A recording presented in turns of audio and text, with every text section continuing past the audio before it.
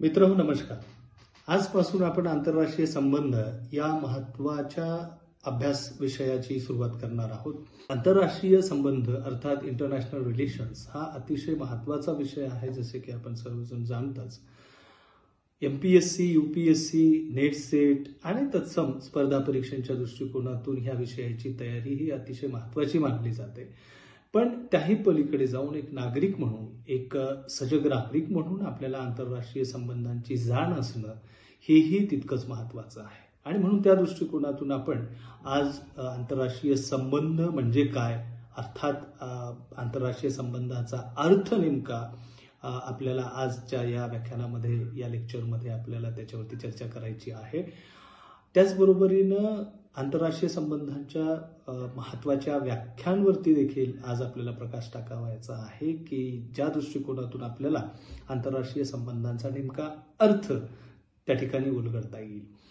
मित्रहो, आपल्याला माहिती आहे आंतरराष्ट्रीय संबंध हा विषय आपल्या नजरेसमोर आल्याबरोबर आपल्याला असं वाटायला लागतं की आंतरराष्ट्रीय संबंध म्हणजे अतिशय किचकट आणि गुंतागुंतीचा विषय आहे की काय. तसा तो आहेच, परंतु अभ्यास करण्याच्या दृष्टिकोनातून आणि हा विषय जाणून घेण्याच्या दृष्टिकोनातून याला अतिशय सोप्या पद्धतीने देखील आपण समजून घेण्याचा प्रयत्न केला पाहिजे आणि तोच प्रयत्न आपण आपल्या ह्या लेक्चर सिरीजमधनं या ठिकाणी करणार आहोत.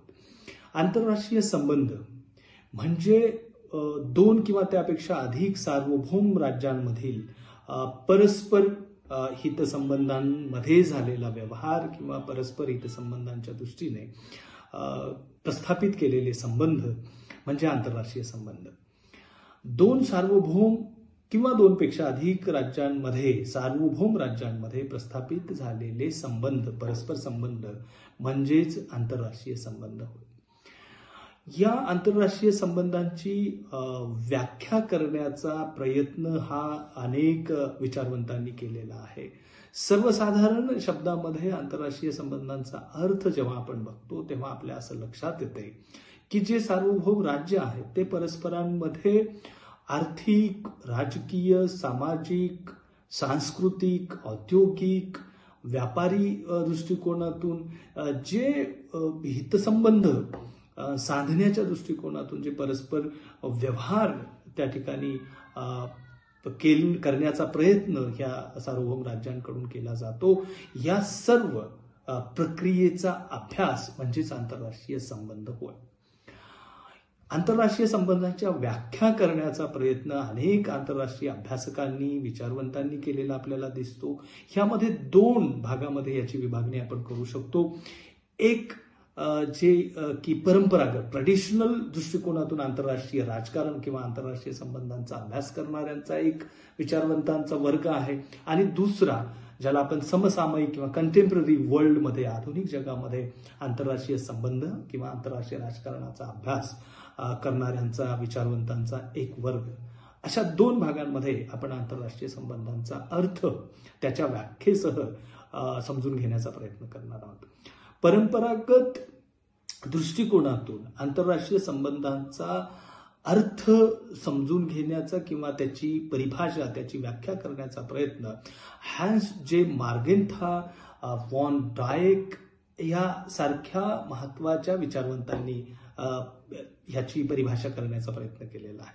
हान्स जे मार्गेन्था हा जेव्हा आंतरराष्ट्रीय संबंधांची व्याख्या करतो तेव्हा तो असं म्हणतो की आंतरराष्ट्रीय राजकारण म्हणजे शक्तीच्या साठी चाललेला संघर्ष आहे. म्हणजे प्रत्येक राष्ट्र हे आपल्या हिताच्या दृष्टिकोनातून शक्ती अर्जित करण्याचा जो प्रयत्न करतो त्यासाठी तो प्रसंगी संघर्ष त्या ठिकाणी करून ती शक्ती अर्जित करण्याचा प्रयत्न करत असतो. तर ह्या शक्तीसाठीच चाललेल्या संघर्षाला आंतरराष्ट्रीय राजकारण या दृष्टिकोनातून परिभाषित करण्याचा प्रयत्न हॅन्स जे मार्गेन्थानी केलेला आहे. वॉन डायक देखील याच पद्धतीची परिभाषा करण्याचा प्रयत्न आंतरराष्ट्रीय संबंध या संदर्भामध्ये तो करताना दिसतो. वॉन डायक देखील असंच म्हणतो की सार्वभौम राज्यांच्या सरकारांमध्ये चाललेल्या शक्तीसाठीच्या संघर्षाला तो आंतरराष्ट्रीय संबंध असं म्हणतो. म्हणजे हॅन्स जे मार्गेन्था, वॉन डायक सारखे विचारवंत हे या आंतरराष्ट्रीय राजकारणाचा केंद्र हा राष्ट्र राज्यांना मानतात, राष्ट्र राज्यांच्या सरकारांना मानतात आणि ह्यांच्यासाठी शक्तीसाठी चाललेला, शक्ती अर्जित करण्याच्यासाठी चाललेला संघर्ष म्हणजे आंतरराष्ट्रीय राजकारण किंवा आंतरराष्ट्रीय संबंध अशा स्वरूपाची व्याख्या ते करून त्याचा अर्थ सांगण्याचा प्रयत्न करतात. या विचारवंतांच्या व्याख्यांवरनं आपल्याला परंपरागत जो आंतरराष्ट्रीय संबंधाचा दृष्टिकोन आहे तो समजून घ्यायला मदत होते. परंतु हळूहळू आपल्याला असं दिसतं की आंतरराष्ट्रीय संबंधांमध्ये प्रचंड विकास झालेला आपल्याला दिसतो. तो आज तागायत आंतरराष्ट्रीय संबंधांच्या अभ्यास शाखेमध्ये उत्तरोत्तर विकास होत असलेला आपल्याला दिसतो. ह्याच्यामध्ये आपल्याला सुरुवातीच्या कालखंडामध्ये आंतरराष्ट्रीय संबंधांची व्याख्या करण्याचा प्रयत्न हा पामर आणि पार्किन्सनी अतिशय व्यवस्थित पद्धतीने केलेला दिसतो. त्यांचं असं म्हणणं आहे की आंतरराष्ट्रीय संबंधाचा अभ्यास किंवा आंतरराष्ट्रीय संबंधामध्ये राष्ट्र राज्यांमधीलच संबंधांचा त्या ठिकाणी समावेश होतो असं नाही, तर आंतरराष्ट्रीय संस्था, आंतरराष्ट्रीय संघटना, आंतरराष्ट्रीय समूह यांच्याच बरोबरीनं राष्ट्र राज्यांच्या विभिन्न स्तरामधील संबंधांचा देखील आंतरराष्ट्रीय संबंधामध्ये समावेश होतो. आणि ह्या सर्व म्हणजे शेवटी पामर आणि पार्किन्सन्स देखील या सर्व आंतरराष्ट्रीय संबंधांच्या केंद्रस्थानी, आंतरराष्ट्रीय राजकारणाच्या संबंधांच्या केंद्रस्थानी ते राष्ट्र राज्यांना ठेवू इच्छितात किंवा ते राष्ट्र राज्यांना मांडतात. आपल्याला असं दिसतं की आधुनिक कालखंडामध्ये ज्याला आपण कंटेम्पररी वर्ल्ड असं म्हणतो त्याच्यामध्ये क्विन्सी राईटनी देखील आंतरराष्ट्रीय संबंधांना परिभाषित करण्याचा प्रयत्न केलेला आहे.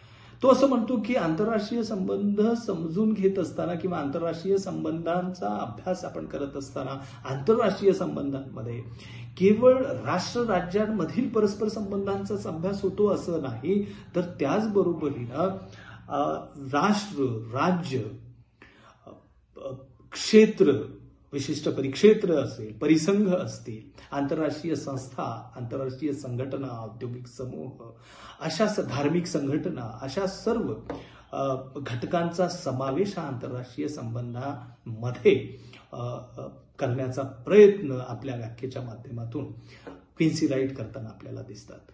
मित्रहो, या दोनही म्हणजे परंपरागत दृष्टिकोनातून आणि आधुनिक दृष्टिकोनातून जेव्हा आपण आंतरराष्ट्रीय संबंधांना समजून घेण्याचा प्रयत्न करतो तेव्हा आपल्याला एक गोष्ट लक्षात येते, ती म्हणजे परंपरागत दृष्टिकोनातून जेव्हा काही विचारवंत आंतरराष्ट्रीय संबंधांच्या अभ्यासाकडे बघतात तेव्हा या ठिकाणी शक्तीसाठी चाललेला संघर्ष राष्ट्र राज्यांमधला हेच एक त्या ठिकाणी गोल दिसतं, हाच एक विषय प्रामुख्याने केंद्रस्थानी असलेला दिसतो. परंतु आधुनिक कालखंडामध्ये कंटेम्पररी वर्ल्डमध्ये आपल्याला असं दिसतं की पामर आणि पार्किन्सन्स किंवा क्विन्सी राईट यासारखे विचारवंत आपल्याला आंतरराष्ट्रीय संबंधामध्ये केवळ राष्ट्र राज्यांच्याच परस्पर संबंधांचा नाही, तर जे आंतरराष्ट्रीय संघटना आहेत, ज्या अशासकीय सरकारी संघटना आहेत किंवा आंतरसरकारी संघटना आहेत, औद्योगिक वेगवेगळे समूह आहेत,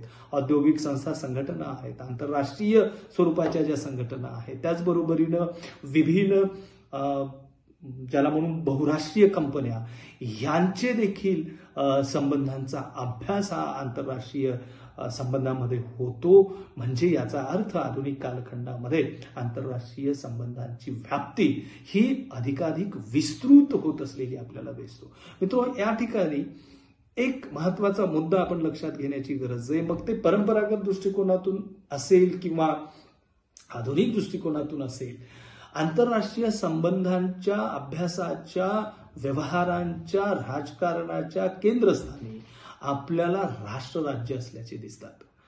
आता हे राष्ट्रराज्य म्हणजे काय किंवा सार्वभौम राष्ट्रराज्य म्हणजे तुम्ही परंपरागत दृष्टिकोनातून व्याख्या करणाऱ्या विचारवंतांच्या दृष्टीने विचार केला किंवा आधुनिक पद्धतीच्या विचारवंतांच्या दृष्टिकोनातून विचार केला तरी ह्या सर्व अभ्यासकांच्या, विचारवंतांच्या दृष्टिकोनातून आपल्याला राष्ट्रराज्य, सार्वभौम स्वरूपाची राष्ट्रराज्य ही आंतरराष्ट्रीय संबंध, परस्पर व्यवहाराच्या संबंधांच्या केंद्रस्थानी असलेले दिसतात. मग हे सार्वभौम राष्ट्रराज्य म्हणजे काय? हे देखील आपल्याला समजून घेण्याची गरज आहे. या व्याख्यानामध्ये, ह्या लेक्चरमध्ये आपण अतिशय थोडक्यात त्याला स्पर्श करू आणि पुढे मग नंतरच्या आपल्या व्हिडिओमध्ये, लेक्चरमध्ये त्याची विस्ताराने आपल्याला चर्चा करता येईल. सार्वभौम राष्ट्रराज्य म्हणजे काय, तर सार्वभौम राष्ट्रराज्याच्या साठी 4 महत्वाचे एलिमेंट्स त्या ठिकाणी असावे लागतात. There are 4 essential elements for the formation of the nation state. What they are, कोणते ते आहेत, काय ते आहेत, ह्याची एक आपण त्याच्यावरती आपण थोडक्यामध्ये चर्चा करूया. पहिला अतिशय महत्वाचा कंटेंट, पहिला अतिशय महत्वाचा असेन्शियल एलिमेंट ज्याला आपण म्हणतो तो आहे भूप्रदेश, ज्याला फिक्स्ड टेरिटरी असं आपण म्हणतो. Fixed territory should be there. The next one, केवळ भूप्रदेश असून भागणार नाही, तर आपल्याला पॉप्युलेशन असणं, लोकसंख्या असणं त्या ठिकाणी अतिशय महत्वाचं आहे. आणि विशिष्ट भूप्रदेशावरती लोकसंख्या जेव्हा असते, हा अतिशय महत्वाचा सेकंड एलिमेंट त्या ठिकाणी आपल्याला दिसतो. त्याचबरोबरीनं आपल्याला तिसरा महत्वाचा एलिमेंट त्याच्यासाठी आहे आणि तो आहे सरकार, शासन संस्था, गव्हर्नमेंट. म्हणजे विशिष्ट भूप्रदेश, लोकसंख्या आणि गव्हर्नमेंट, सरकार, शासन, हे 3 अतिशय महत्वाचे एलिमेंट्स आहेत, जे की आवश्यक स्वरूपाचे एलिमेंट्स आहेत. आणि या 3 एसेन्शियल एलिमेंट्स शिवाय राष्ट्रराज्य अस्तित्वात येऊ शकत नाही. पण या 3 एलिमेंट्सनीच राष्ट्रराज्य अस्तित्वात येतं का, तर अजिबात नाही. याच्यासाठी सर्वात महत्वाचा आणि आवश्यक असणारा एलिमेंट आहे तो म्हणजे सॉव्हरेनिटी. Fixed territory or fixed territory, population, government, and the fourth very essential element that is called is the sovereignty, म्हणजे सार्वभौम सत्ता, सार्वभौम असणं. सार्वभौम असणं म्हणजे काय, त्या विशिष्ट भूप्रदेशावरती असणाऱ्या लोकसंख्येचं स्वतःचं सरकार असणं आणि ते स्वतःचं सरकार हे स्वतंत्र असणं. म्हणजे that government should be free from the internal and external anything. म्हणजे कोणत्याही इंटरनल आणि एक्सटर्नल दबावापासून हे सरकार फ्री असणं, म्हणजे फॉर टेक देअर डिसिजन्स. म्हणजे that government should be free for their decisions, internally and externally free in a nature. जेव्हा अशा स्वरूपाचं गव्हर्नमेंट अंतर्गत आणि बाह्य स्वरूपाच्या कुठल्याही दबावापासून, कुठल्याही संस्था, संघटना, व्यक्ती, समूह यांच्या दबावापासून ते गव्हर्नमेंट फ्री असतं आणि त्या लोकांचं सरकार असणारं ते गव्हर्नमेंट हे आपल्या स्वतःच्या साठीच्या पॉलिसीज राबवतं. आंतरराष्ट्रीय संबंधामध्ये आपले संबंध, हितसंबंध सुरक्षित ठेवून इतर राष्ट्रांबरोबर जेव्हा ते संबंध प्रस्थापित करतं, तेव्हा त्याला आपण एका सार्वभौम राज्याने, राष्ट्रराज्याने इतर राज्यांबरोबर, राष्ट्रराज्यांबरोबर प्रस्थापित केलेले संबंध आपण असं त्याला म्हणतो. आणि हे सगळे सार्वभौम राष्ट्रराज्यांचे एकंदरीत सर्व पद्धतीचे व्यवहार इतर सार्वभौम राष्ट्रराज्यांबरोबरचे, ज्याच्यामध्ये आर्थिक, सामाजिक, राजकीय, सांस्कृतिक अशा सर्व प्रकारच्या औद्योगिक, ज्ञान, विज्ञान, तंत्रज्ञान अशा सर्व क्षेत्रांमधल्या परस्पर संबंधांचा समावेश त्याच्यामध्ये होतो, त्याला आपण आंतरराष्ट्रीय संबंध असे म्हणतो. मित्रहो, आज ह्या लेक्चरमध्ये आपण आंतरराष्ट्रीय संबंधांची व्याख्या करण्याचा प्रयत्न केला. आपण या आंतरराष्ट्रीय संबंधांचा नेमका अर्थ समजून घेण्याचा प्रयत्न केला. ह्याच्या पुढे आंतरराष्ट्रीय संबंधाचं स्वरूप, त्याची व्याप्ती, त्याचे विभिन्न अभ्यासाचे दृष्टिकोन, त्याचे विभिन्न अभ्यासांचे सिद्धांत, ह्या सर्व विषयांवरती, या प्रत्येक मुद्द्यांवरती आपण वेळोवेळी लेक्चरच्या माध्यमातून भेटणार आहोत. तोपर्यंत आपण येथेच थांबूयात. धन्यवाद.